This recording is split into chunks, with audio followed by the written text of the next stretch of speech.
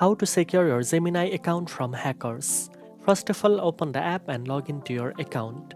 Start by enabling two-factor authentication.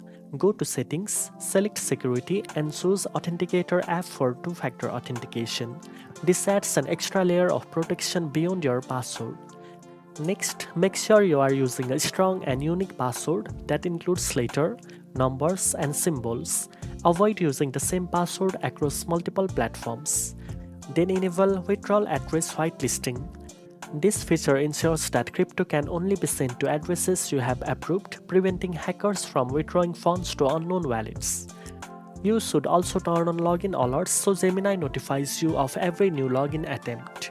If you receive an alert that wasn't you, change your password immediately and secure your account.